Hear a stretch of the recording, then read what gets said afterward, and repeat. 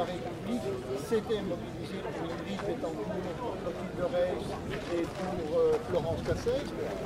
C'était très bien, sûrement, mais en même temps, ils ne parlent jamais des journalistes français. Donc on voudrait que les autorités françaises, à leur plus haut niveau, le président de la République, s'impliquent davantage. Nerveusement, j'allais dire, elle tient le coup parce qu'il faut tenir le coup parce qu'elle sait qu'il faudra être là quand les deux otages vont revenir.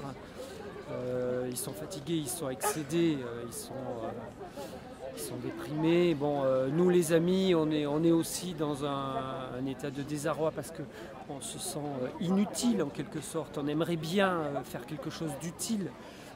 Mais on se sent malheureusement très inutile. Le peu d'espoir qu'on a, on le place où? Moi, on attend un dénouement. J'ai l'espoir qu'Hervé, Stéphane et les trois accompagnateurs soient respectés, bien traités et libérés le plus rapidement possible parce qu'ils ne méritent pas leur sort, ils ne méritent pas cette punition, ils sont... j'allais dire innocents, c'est pas comme des prisonniers qui auraient commis une faute et puis qui auraient été jugés, qui seraient en prison. Non, leur captivité est totalement injuste, elle est insupportable, elle est scandaleuse. Je pense aussi que les gens qui les détiennent ne comprennent peut-être pas ce qu'ils faisaient sur place. Hervé, Stéphane et leurs trois accompagnateurs faisaient leur travail de journaliste et je pense que le travail de journaliste dans un terrain difficile qu'est le terrain de guerre, c'est de donner une voix aux sans-voix. Hervé, Stéphane et leurs trois accompagnateurs afghans voulaient donner la voix aux Afghans, aux populations civiles, à ceux qui subissent la guerre. Je pense que ça c'est évident, tous ceux qui connaissent les journalistes et qui sont attachés à la liberté de la presse savent ça. Le témoignage, il est là pour donner une voix à ceux qui n'en ont pas, c'est-à-dire à ceux qui souffrent de la situation politique, de la situation militaire catastrophique, et économique catastrophique de ces régions qui sont en guerre. Ni Hervé, ni Stéphane, ni les trois accompagnateurs ne sont des ennemis du peuple afghan, des ennemis des musulmans. Ce sont au contraire, je pense, des gens qui, par leur travail, par leur courage, par leur détermination, ont prouvé qu'ils voulaient comprendre, ils voulaient entendre, ils voulaient témoigner, et ça c'est noble. Et permettre à d'autres aussi de comprendre. Et permettre à d'autres de comprendre, et permettre à moi qui suis loin de l'Afghanistan, comme tous les citoyens qui sont là sur cette place parisienne aujourd'hui, de comprendre la réalité afghane. Vous savez, nous en France, les simples citoyens, on ne l'a pas décidé, nous, cette guerre. On voudrait comprendre ce que font nos soldats là-bas, est-ce qu'ils ont raison d'être là-bas, est-ce qu'ils ont tort, on voudrait comprendre. Nous, on n'a pas décidé ce que le chef de l'État français a décidé. Donc on veut comprendre. C'est ça la démocratie, c'est ça le rôle des journalistes, c'est de nous donner des clés pour comprendre. Et je pense que leur travail était indispensable. Encore une fois, moi je connais bien Hervé, je connais bien Stéphane. Ils ne sont pas des ennemis du peuple afghan, ils ne sont pas des ennemis des musulmans. C'est deux journalistes qui ont prouvé qu'ils s'intéressaient à la culture musulmane, au monde musulman. Vraiment, ils sont curieux, ils veulent eux aussi comprendre et donner des clés aux téléspectateurs pour comprendre ce qui se passe en Afghanistan.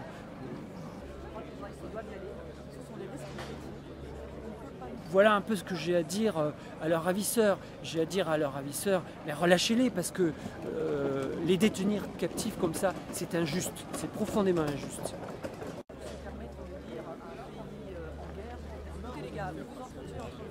Nous, on revient dans 5 minutes en tant que je crois qu'il y a là un engagement de la presse dans les zones à risque qui doit être plein et entier. C'est vrai qu'il faut être prudent. Je ne suis pas là en train de faire l'apologie des risques, bien au contraire. Mais je crois que pour les Afghans en particulier, c'est vrai que je suis toujours consternée de parler de l'Afghanistan juste pour dire qu'on a deux ressortissants français qui y sont pris en otage. C'est vrai que les journalistes partent en Afghanistan pour raconter l'Afghanistan et normalement pas pour raconter leurs problèmes à eux.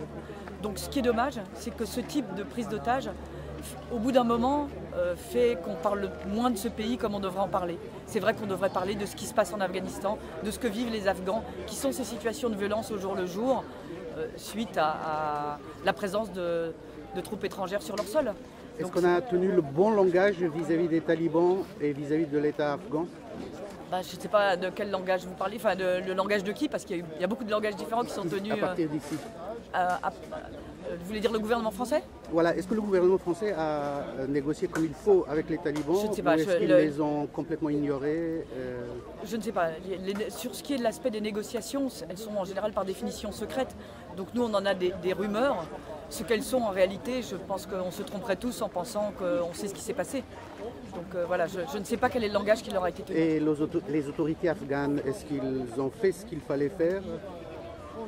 Encore une fois, je ne sais pas ce qu'ont fait les autorités afghanes. Donc on nous répète, Bernard Kouchner, juste avant de partir, juste avant de quitter le ministère des Affaires étrangères, a été voir Hamid Karzai, Alain Juppé est allé le voir aussi à Noël.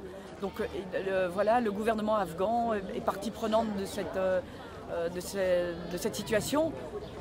Mais je ne sais pas, je ne pourrais pas vous dire ce qui se dit exactement. On nous dit ils sont, alors l'expression consacrée est dans la boucle, c'est-à-dire ils font partie des choses. Maintenant, quel est leur rôle exact? Moi, je ne le sais pas. L'espoir, vous le mettez dans quoi? Dans l'usure, ça finira par se dénouer? Dans la détermination. La détermination. Je pense qu'il y a une détermination du gouvernement à quoi? À négocier, à donner à ses négociateurs les arguments qu'il faut pour dénouer la situation.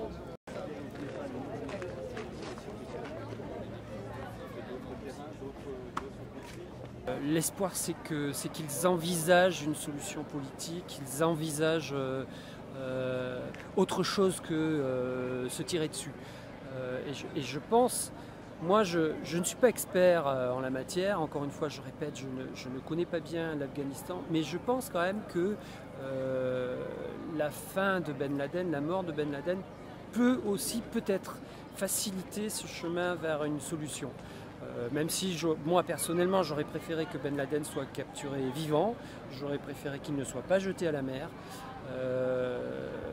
mais je pense quand même que la fin de cette icône du terrorisme international, c'est un espoir parce que je crois que ça peut faciliter l'émergence d'une solution politique.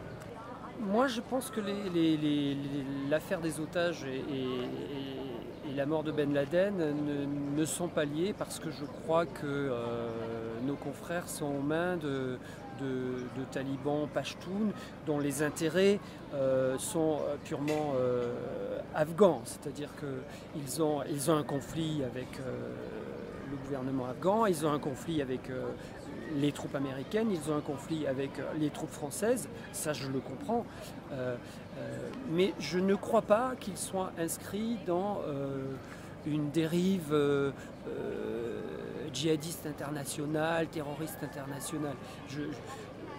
Je crois que les talibans qui sont en Valier de Kapisa et qui détiennent nos amis et leurs accompagnateurs, ils sont aussi chez eux et il faut peut-être aussi entendre leurs revendications. Je pense que la mort de Ben Laden peut faciliter le fait que le gouvernement afghan et ces talibans pashtuns finalement se parlent, s'écoutent, dialoguent et arrêtent de se tirer dessus. Voilà.